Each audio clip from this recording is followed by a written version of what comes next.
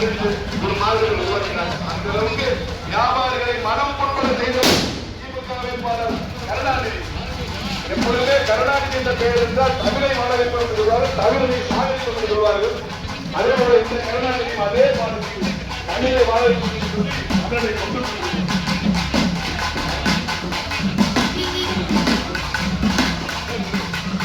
Political meeting நகராட்சி வந்து 5 கோடி மதிப்பீட்டு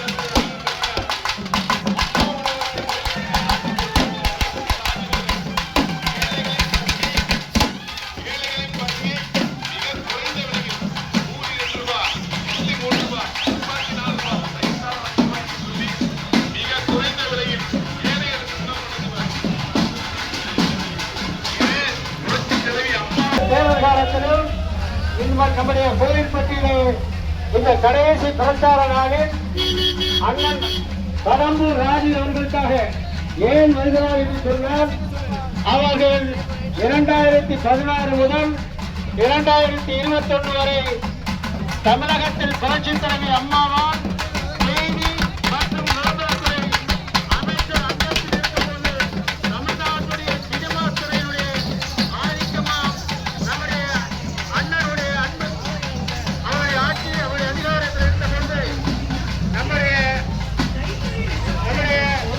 திரைப்பட நடிகர்களுக்கு, திரைப்பட இயக்குநர்களுக்கு, திரையுலக கலைஞர்களுக்கு இன்னும் சொல்ல போனால் தயவுசெய்து நல்லா கேளுங்க.